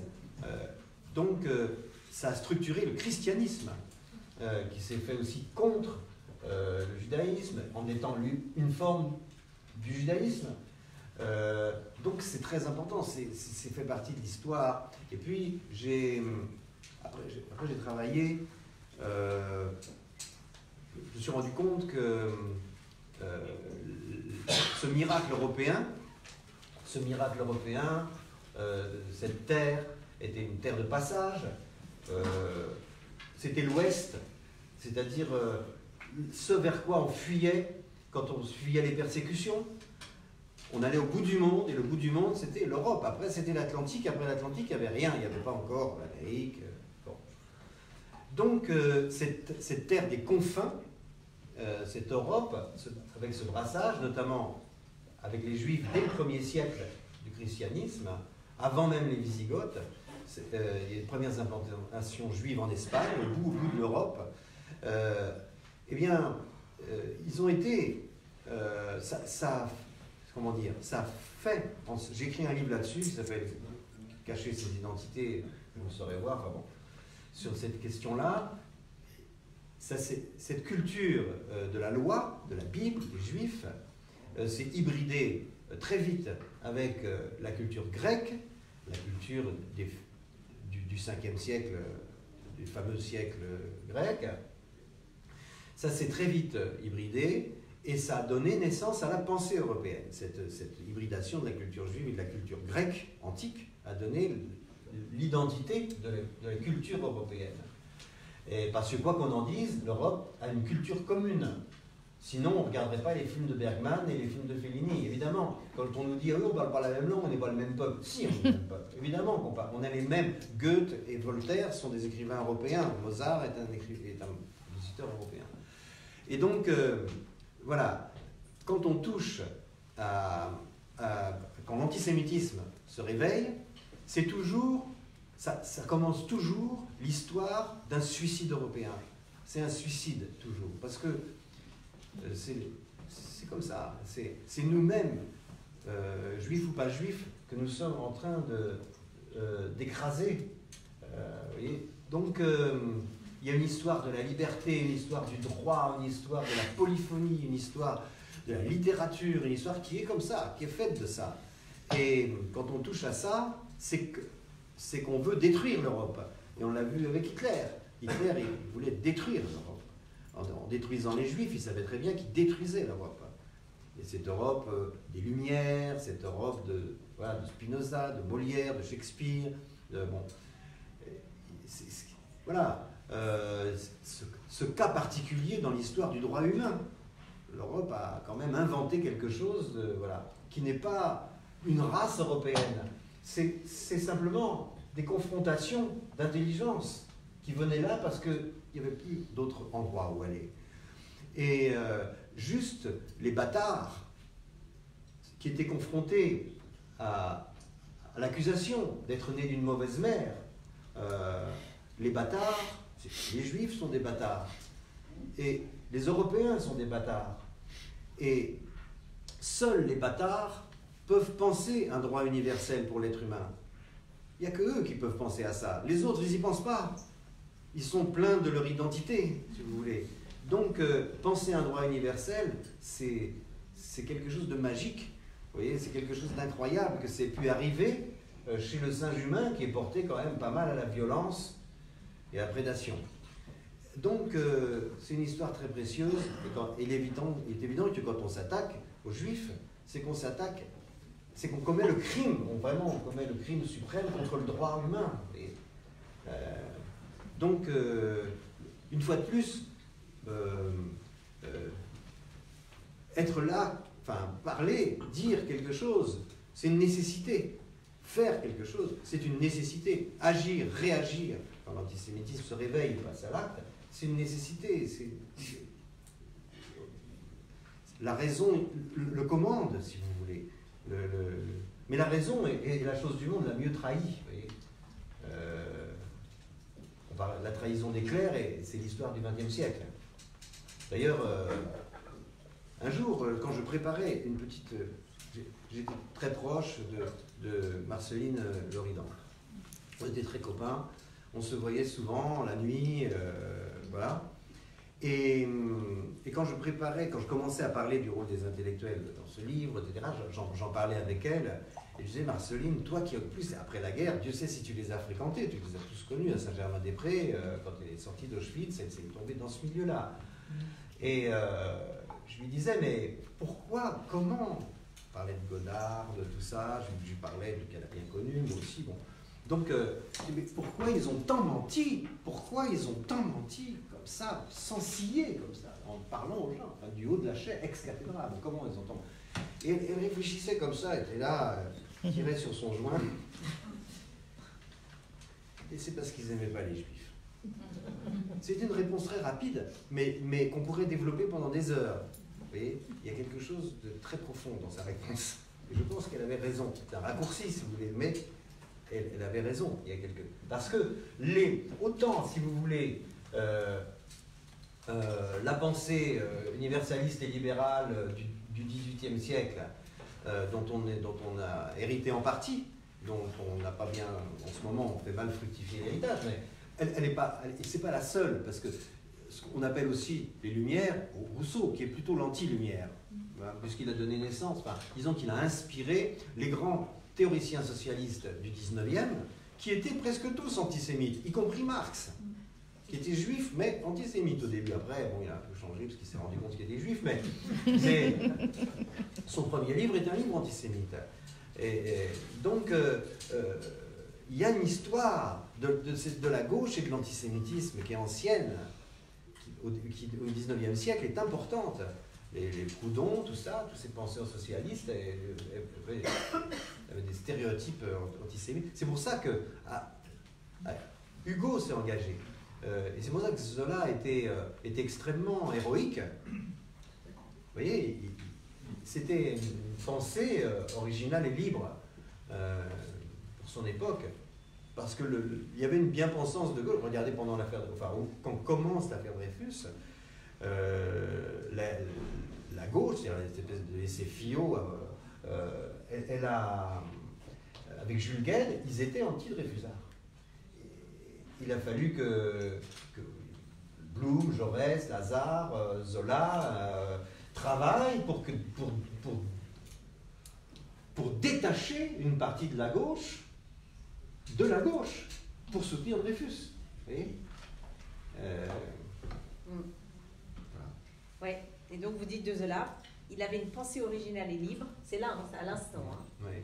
Il avait une pensée originale et libre parce qu'il y avait une bien-pensance de gauche. En fait, c'est exactement ce que votre pensée a vu. Voilà. Je ne sais pas, mais c'est un modèle en tous les cas. Voilà. La boucle étant bouclée, je vous remercie. On m'a dit fini à 21h15, il est 21h15, donc je suis ravie, on est dans les temps. Ça va vous permettre à la salle d'intervenir. Et bon, je voudrais d'abord vous remercier parce que c'est un plaisir. On a envie de vous entendre pendant des heures. On pourrait rester pendant des heures à vous entendre. Et voilà, je voudrais déjà qu'on vous remercie beaucoup.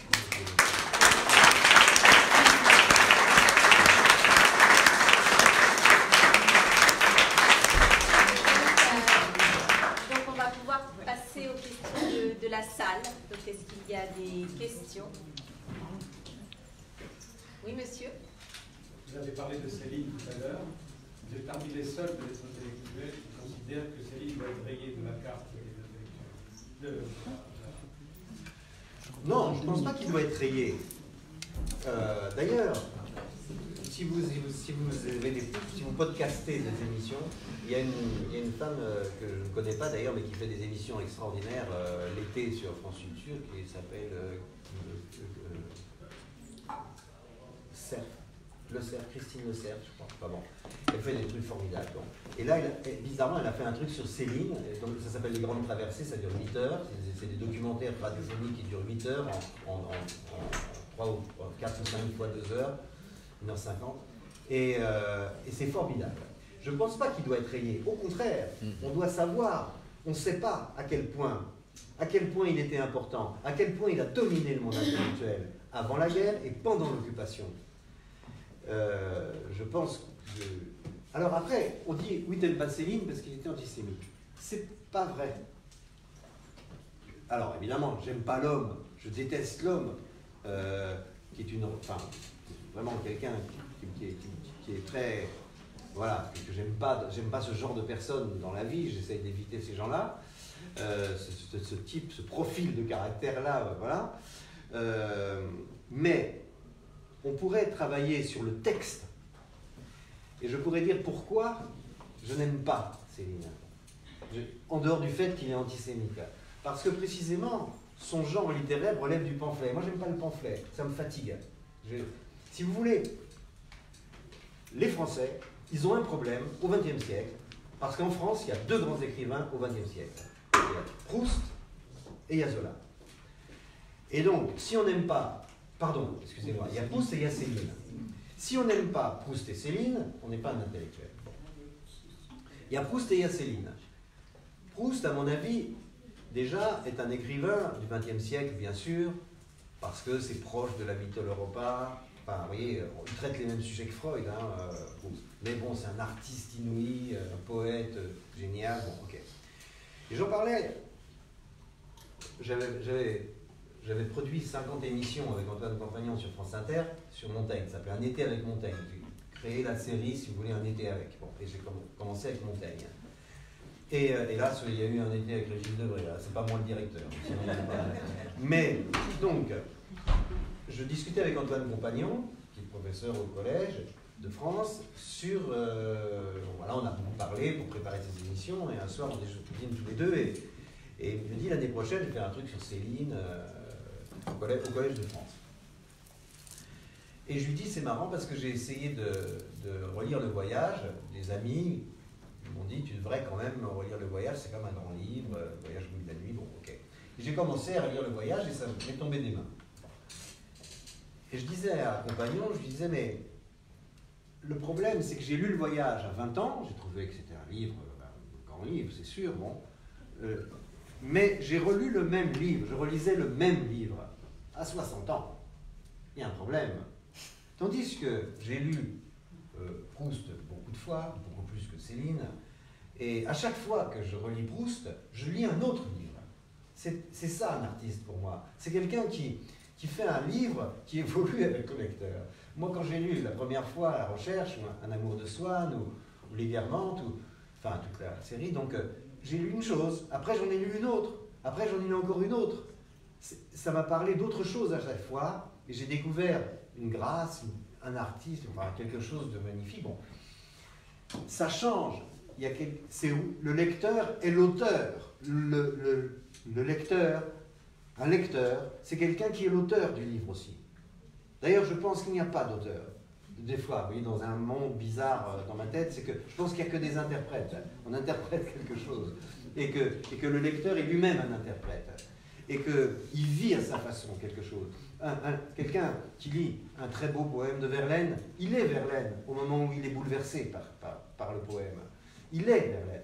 Quelqu'un qui est bouleversé par Proust, il est Proust, d'une certaine façon, dans le passage en question. Donc, avec Céline, ça ne marche pas, ça. Céline, c'est l'auteur, et le lecteur est un con.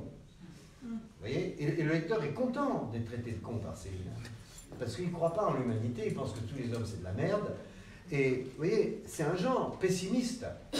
Et moi, j'aime pas. J'aime pas les auteurs qui pensent que l'humanité est bonne, parce que c'est des crétins. Et j'aime pas les auteurs qui pensent que l'humanité est mauvaise, parce que c'est des salauds. Donc, j'aime les auteurs qui pensent que c'est indécis. Et qui nous laissent travailler, qui laissent le lecteur créer ce qu'il lit. Et j'aime cette liberté que, pour moi, un grand auteur, c'est quelqu'un qui rend libre son lecteur. Et voilà pourquoi on pourrait travailler sur la forme même du texte chez Céline. Voilà, c'est un genre très particulier qu'on peut ne pas aimer si on n'a pas le caractère à aimer ça. Moi, je n'ai pas le caractère à aimer ça. J'admire son habileté, hein, ça c'est sûr. C'est comme vous voyez, le trapéziste, moi j'aime pas le cirque. Hein, mais enfin, vous voyez les trapézistes qui font des trucs formidables, vous dites chapeau, quoi. Simplement, je m'en ai rien à foutre. Mais chapeau. Céline, c'est un très bon trapéziste.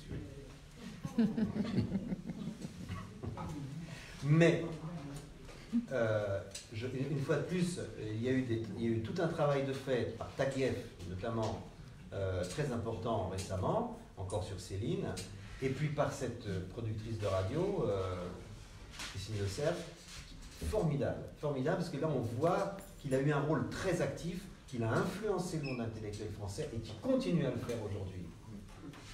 Il faut voir comment les intellectuels se sont mobilisés pour le défendre. Entre le moment où il est en prison au Danemark et le moment où il revient en France, vous voyez, bon, il va être défendu par tout le monde, là, vous voyez, et ça c'est vraiment intéressant. Comment ce type, après ce qu'il a fait, après ce qu'il a écrit, qui est coupable de haute trahison, qui est si vous voulez, passible de la peine de mort. Il est passible de la peine de mort, comme Brasillac, comme Drieux, etc. Comment il revient comme ça? En disant, ah les salauds, ils me crachent dessus, moi, bah, je suis le mec, je suis le monstre, hein, je suis un type immonde, hein, oui, c'est un type immonde, oui. Ouais. Et comment le monde intellectuel français s'est mobilisé pour le défendre? Moi, je suis contre la peine de mort, donc ok, vous voyez, mais il n'a pas été emmerdé. Et il continue à jouer son rôle encore aujourd'hui. Il fait partie de l'identité française du XXe siècle. J'ai été un peu trop long, je suis désolé. Mais bon, c'est important parce que... Mais les pamphlets, ils veulent les diffuser actuellement, est-ce que c'est faisable? J'arrive pas à me faire une idée là-dessus. Écoutez, moi je pense que c'est terrible en fait. Voilà. Et en plus, c'est d'autant plus intéressant qu'il sait écrire extrêmement bien, et qu'il a un don. Il a un don, il a une rage, il a un truc, et qu'il sait. Tout le monde ne sait pas traduire son tempérament dans un style. Et lui, il traduit très bien son tempérament dans le style. Donc, c'est très spectaculaire. Mais je pense que il ne faut pas brûler les livres. Jamais. Tant pis. Si vous voulez, tant pis. Et regardez, même les livres sacrés sont pleins de crimes et d'invectives et de machins.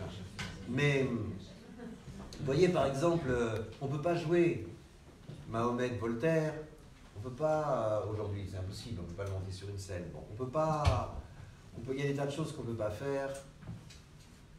Moi, je le regrette, et je ne suis pas pour le fait qu'on ne publie pas ça, mais avec vraiment un appareillage critique en béton, et comme elle a fait sur France Culture dans ses émissions, parce qu'elle est insoupçonnable. Vous voyez, les gens doivent pouvoir être suffisamment... Le problème, c'est que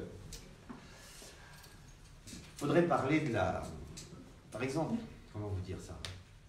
C'est un problème de culture, on n'y peut rien. De niveau, de conscience. Vous voyez, aujourd'hui, je vais dire quelque chose qui va... Il faudrait peut-être pas dire, mais bon, parce que ça va, je sais que je vais prendre... Bref, qu'importe, mais moi, je trouve que Houellebecq est un type qui a vraiment énormément de talent. Et qui est un écrivain qui connaît la société française comme personne, comme un sociologue virtuose. Et quand des gens qui sont un peu lettrés, si vous voulez, qui lisent, qui ont de la culture, qui connaissent leur littérature, qui connaissent leur monde culturel, se barrent en lisant Houellebecq, en disant « Oui, putain, il a du talent ce gars-là. » Voilà, bon. Je trouve que c'est formidable.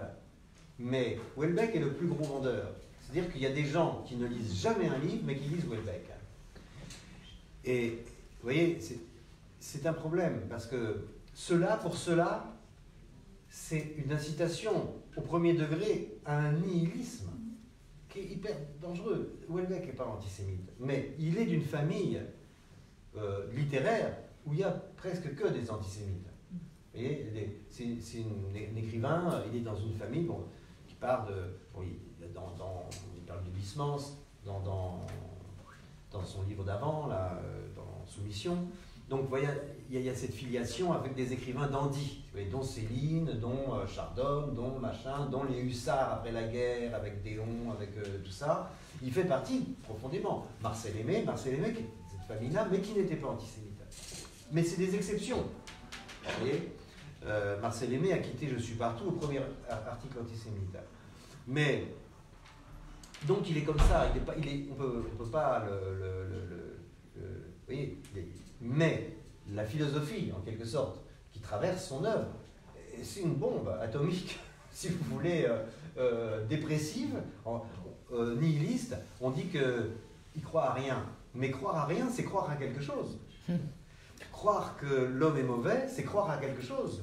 C'est pas croire à rien. On pense que les nihilistes ne croient à rien. Non, ils croient qu'il faut être nihiliste, ils croient quelque chose. Vous voyez? C'est une idéologie, en quelque sorte. Hein. Bon. Donc, aujourd'hui, le succès de Houellebecq est un succès ambigu, enfin, est un succès dont je ne sais pas s'il faut s'en réjouir. Je m'en réjouis pour lui parce que ça le met dans une situation financière confortable, mais ce qui n'est pas le cas de tous les écrivains. Mais en même temps, je me demande ce que ça transmet aux gens qui ne lisent pas, sauf Houellebecq. C'est une vraie question, parce que c'est un écrivain populaire.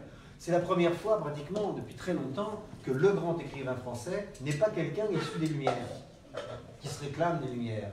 C'est la première fois, pratiquement, depuis très longtemps, parce que, voilà, à des titres plus ou moins divers, mais Gilles ou je sais pas quoi, ou Giono, ou Martin Dugard, ou tous ces grands écrivains, Victor Hugo, Zola, c'est tous des gens quand même qui ont une racine dans les Lumières. Houellebecq, pas du tout, hein. Ça a toujours été des écrivains un peu en marge, qui avaient du succès, des succès populaires, mais un peu en marge. Et c'est donc la première fois dans notre histoire, et qu'est-ce que c'est comme signe? On va interpréter ce signe-là. C'est la première fois dans notre histoire qu'un écrivain qui a d'autres références, si vous voulez, pour parler prudemment, est le plus grand écrivain français. Ça veut dire quelque chose et ça ne veut pas dire quelque chose de rassurant. Voilà. Alors je crois qu'il y a une question à droite. Oui. Je vais d'abord vous donner un ressenti personnel. L'événement de ces 30 dernières années qui m'a le plus terrorisé, c'est pas le 11 septembre, c'est l'effondrement du mur de Berlin.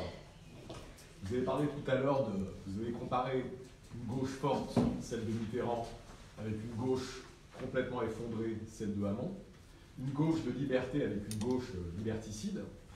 Est-ce que vous ne pensez pas que toute la perturbation, toute cette société dans laquelle on vit, dans laquelle il n'y a plus du tout de repères, cette société où il n'y a plus de gauche, plus de droite, où tout est mélangé, justement cette société où on a voté pour Macron, ce qui n'est pas le pire, hein, est-ce que vous ne pensez pas que ça vient justement de l'effondrement du mur de Berlin?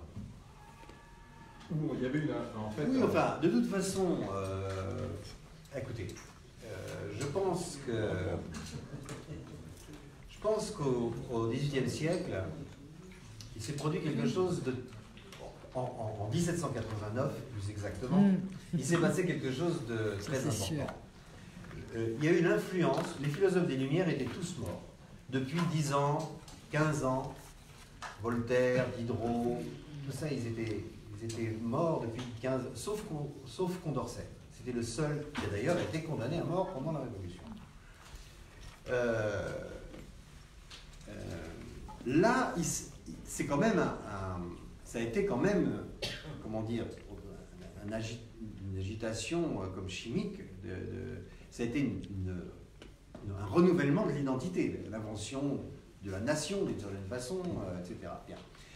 À partir de 1789, donc tout bouge, et tout bouge de façon pas douce, mais pas violente tellement, pas si violente que ça. Il y a presque pas de mort en réalité. Il n'y a presque pas de mort, il y a beaucoup d'agitation.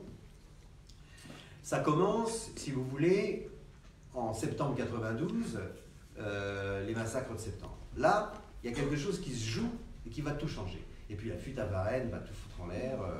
Bon. Et bon, Robespierre, je pense que c'est un personnage clé, pour répondre à votre question, c'est un personnage clé. Il symbolise et il porte quelque chose. Robespierre était jeune étudiant en droit à Arras. Il était fou de Rousseau. Il était en admiration totale de Rousseau. Et quand il était tout jeune, donc, quand il avait 18-20 ans, il a fait le pèlerinage à Armenonville, il est allé voir Rousseau. Il a donc vu le maître.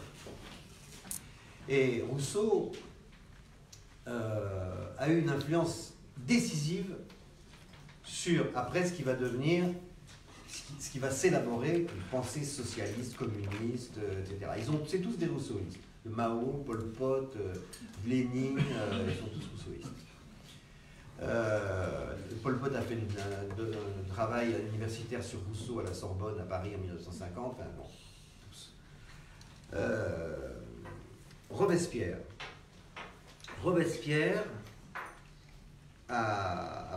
La prise de pouvoir par Robespierre, comment dire, ça a constitué quelque chose du monde intellectuel français, du monde penseur politique, du monde des penseurs politiques très important. Rousseau, Robespierre. Le robespierrisme est resté dans les gènes de la République. Au début, Rousseau, il était plutôt pour une monarchie constitutionnelle. Mais à partir du massacre de septembre et de la fuite à Varennes, il devient républicain. Il y a très peu de républicains. Il n'y a que Condorcet, pratiquement, qui élabore et qui théorise une république. Au début, c'est le modèle anglais qui prime, monarchie constitutionnelle. Ils veulent une constitution. Donc, la prise de pouvoir par Robespierre, va faire rentrer quelque chose dans la pensée politique de la gauche, qui est que il faut passer par un épisode de terreur pour rétablir la justice. Et c'est ce qui fait d'ailleurs en 1920, le congrès de Tours, la séparation entre Blum et le SFIO. C'est parce que Cassin revient de la Russie, des soviets, où règne la terreur, et il dit à Blum, il faut établir la terreur en France. Comme ça, on arrivera à la révolution. Sans la terreur, il n'y a pas de révolution. Donc il y a toute une partie de la gauche qui pense la terreur, jusqu'à Sartre. Quand il fait la préface à Franz Fanon, Les damnés de la terre, il défend le terrorisme, la terreur.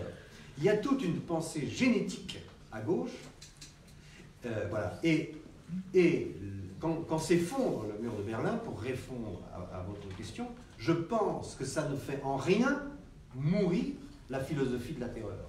La philosophie de la terreur est sommée de se recycler en autre chose. Elle va se recycler aujourd'hui dans la gauche souverainiste et dans la droite extrême, mais elle est recyclée. Elle s'est recyclée tout de suite, très vite. Elle s'est recyclée pendant la guerre en Yougoslavie, où les souverainistes robespierristes ont pris position très fortement, sans nuance, pour les Serbes. Voilà, les Serbes de Bosnie. Ils sont réavoués, si vous voulez, très fortement comme ça. Mais elle n'avait pas disparu. Et vous voyez, ça correspond à peu près, puisque le mur de Berlin tombe en 89, la guerre en Yougoslavie, c'est 94, 13.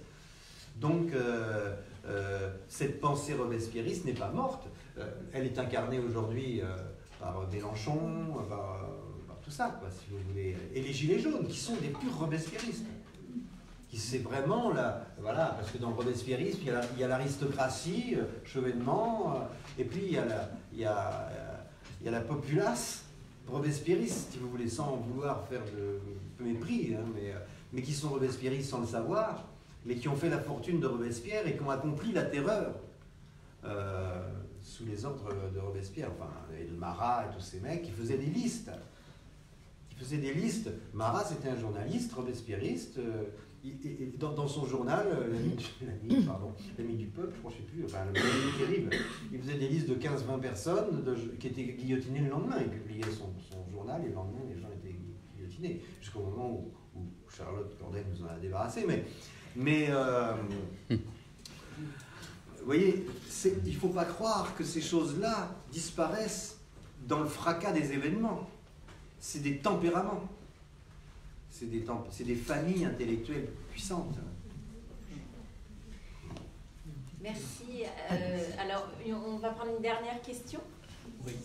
Bref, vous avez montré la trahison des clercs avant la Seconde Guerre mondiale, et puis également maintenant, mais j'avais une question sur la sophistication de la réflexion anti-islamiste, d'un côté, et puis d'autre part, la simplification totale du discours islamiste. Toute critique, vous l'indiquez à plusieurs reprises dans votre ouvrage, et toute critique de l'islamisme est considérée comme islamophobe. Comment sortir de ce cercle vicieux dans lequel les intellectuels français, certains intellectuels français, majoritaires dans certaines universités, plongent aveuglément, alors qu'en fin de compte, l'avenir est plutôt du côté de ceux qui dénoncent l'islamisme, même dans les pays comme dans les pays musulmans, comme Daoud ou Sansal, qui eux ont une attitude beaucoup plus rigoureuse, beaucoup plus carrée. Et ici, on a des... Alors, il y a du racolage, on a parlé de Céline, on pourrait parler de Genet. Il y a des pages de Genet. C'est terrifiant. C'est terrifiant, oui. Pendant l'occupation, même. Oui. Genet. Oui, et puis après... À la libération, après les années trucs. Ouais. Bon, là, on mélange la vie privée et... Non, c'est la vie publique, il a dit. Oui, non, mais bon, il y a des interpénétrations chez lui. Donc, je ne sais pas, vous avez une longue expérience et vous avez pris des responsabilités remarquables et courageuses sur ce sujet. Dans la France actuelle, 19, 20, comment vous voyez l'avenir? Est-ce que l'avenir est pessimiste au niveau de l'intelligentsia, entre guillemets, européenne ou dans les universités américaines où on rencontre le problème de la puissance 2, alors qu'en fin de compte, il y a une émergence qui se fait en Iran, qui est écrasée, ou dans les pays musulmans. Comment vous voyez l'avenir? D'abord, si on peut... Les intellectuels ont oublié une chose, c'est qu'ils ne sont pas là pour défendre des religions, quelles qu'elles soient. Ce n'est pas vraiment leur job aux intellectuels. Ils sont là pour faire agir quelque chose de la raison, pour comprendre quelque chose de la complexité de l'univers. Donc déjà, quand ils défendent une religion sous prétexte qu'ils pensent qu'il n'y a que des Arabes pauvres, donc il faut défendre les pauvres, donc défendre une religion, la religion des pauvres, enfin, c'est une arnaque, si vous voulez. C'est vraiment, déjà intellectuellement, c'est une arnaque. Parce que c'est un mépris pour les Arabes. Moi, je pense que c'est vraiment prendre les Arabes pour des imbéciles que de les mettre tous dans cette susceptibilité religieuse. Pour des raisons... bon, bref, déjà. Ensuite, parce que c'est pas le cas. C'est des gens qui souffrent. Les mômes dans les rues, en Tunisie, en Algérie, en ce moment, vous voyez, c'est quand même se foutre de leur gueule que de penser ça, quoi. Bon. Ensuite, la réponse à votre question, elle est vraiment très délicate parce que le robespierrisme, pour en revenir là, c'est pas simplement quelque chose qui imprègne une pensée politique. C'est quelque chose qui a à voir avec le singe humain, son tempérament, qu'il soit arabe ou africain ou asiatique ou je sais pas quoi, qui est un singe prédateur, qui est obligé de refouler des instincts prédateurs pour faire des choses sublimes. Vous voyez, la civilisation, elle est quand même, enfin, voir Freud, Malaise dans la civilisation, c'est un singe qui se représente les choses qu'il fait, qui a conscience qu'il va mourir, qui a un sens de la représentation, et qui choisit par moment de faire quelque chose de bien plutôt que de faire quelque chose d'horrible. Vous voyez, qui fait le choix de ne pas aller vers la barbarie ou d'y aller, mais aussi de ne pas y aller. Bon, c'est le miracle européen, c'est quand même ça. Il choisit plutôt de ne pas y aller depuis 1945. Bon. Et donc, c'est pas simplement une pensée politique, c'est quelque chose contre lequel la civilisation travaille sans cesse, cette barbarie. Avec plus ou moins de talent et plus ou moins d'efficacité. Alors, pour répondre à votre question, moi, j'ai beaucoup lu Spinoza. J'ai beaucoup lu l'éthique. Et parce que c'est un beau texte. L'ambition incroyable de Spinoza, je trouve ça admirable. Bon. Et Donc, je pense qu'il a compris quelque chose, que c'était un cerveau extrêmement structuré, lumineux, surdoué, et qu'il a compris quelque chose. Il a compris qu'on était, pour résumer ça, qu'est-ce que nous sommes? Qu'est-ce que je suis? Qu'est-ce que... Je sais pas, aujourd'hui ceci, demain cela. Ce matin j'étais de mauvaise humeur, aujourd'hui, ce soir moins. Moi, je peux être gentil, méchant, enfin, patient, impatient. Bon, on est divers, on est soi-même très divers. Vous voyez, donc, qu'est-ce qu'on est? On est quoi là-dedans? Dans tout ce fatras qu'on est nous-mêmes, dans notre chaos intérieur plus ou moins bien ordonné. On est ce qu'on désire. On est notre propre désir. Notre identité, c'est notre désir. Alors, Spinoza, il appelle conatus le désir principal, qui est la persévérance dans l'être. Je désire avant tout persévérer dans mon être. Moi, je pense qu'effectivement, s'il faut avoir de l'espoir, s'il ne faut pas, en tous les cas, ne pas être désespéré, c'est parce que je pense qu'on désire quelque chose de mieux. On désire quelque chose. Toujours, quoi qu'on fasse, qui qu'on soit. Alors la raison ou l'absence de raison nous fait aller contre ce désir. La raison nous fait aller vers ce désir. Et mais on n'est pas raisonnable tout le temps. Qu'est-ce que la raison, etc. Bon, mais au bout du compte, on veut être mieux, on veut être plus heureux, on veut être plus libre, on veut ne pas se faire assassiner dans la rue, on veut avoir une vie intéressante. Je pense que tout le monde a ce désir-là. Et que, au bout du compte, peut-être que c'est ce désir-là qui va gagner, puisqu'il est partagé par le plus grand nombre. En tous les cas, c'est le pari qu'il faut faire. Parce que c'est une réalité. On préfère aimer que haïr, on préfère jouir que souffrir. Et peut-être que c'est cette préférence qui va gagner. Petit à petit, ou qui gagne, va gagner. Dans quelle échéance? C'est quoi l'échéance? L'échéance, c'est chaque seconde qui vient, parce que le monde existe qu'à la seconde où on est là. Avant, c'est fini, et demain, c'est pas encore là. Donc, ce qui compte, c'est ce paradis de l'instant. Et il faut simplement que ce désir puisse triompher. Et peut-être qu'il triomphe quand même, parce qu'il est fort. Souvent, il y arrive. C'est pour ça que c'est indécis, c'est une lutte indécise. Une pulsion de mort, évidemment. Il y a une pulsion de mort dans l'être humain. On peut peut-être appeler ça le robespierrisme, mais politiquement. Mais il n'y a pas que la pulsion de mort. Il y a aussi le désir d'être heureux. Merci beaucoup.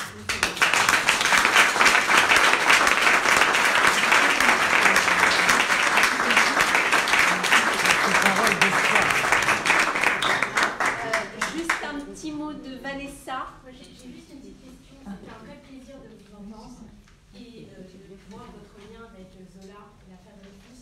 Vous avez suivi, il y a le film qui va sortir d'ici la fin de l'année. Bon, je suppose que, est-ce qu'on vous avez eu l'occasion d'être en contact avec les gens du film ou pas? J'ai rencontré 2-3 fois Polanski et à chaque fois qu'on s'est trouvés ensemble au même endroit, il a parlé de ce film bien avant qu'il le fasse. Je pense qu'il porte ce film depuis très longtemps. Et j'ai déjeuné ce midi avec un grand critique de cinéma que j'aime beaucoup et qui a vu le film et qui m'a dit que c'était une merveille. Voilà. Bon, alors on ira après avoir acheté votre bouquin, on ira voir le film. Je sais qu'il y a des polémiques. Voilà, ouais. Bon, alors je voudrais, voilà, juste un mot avant de conclure. Vous avez la possibilité de déguster des vins magnifiques. Donc voilà, sur votre gauche.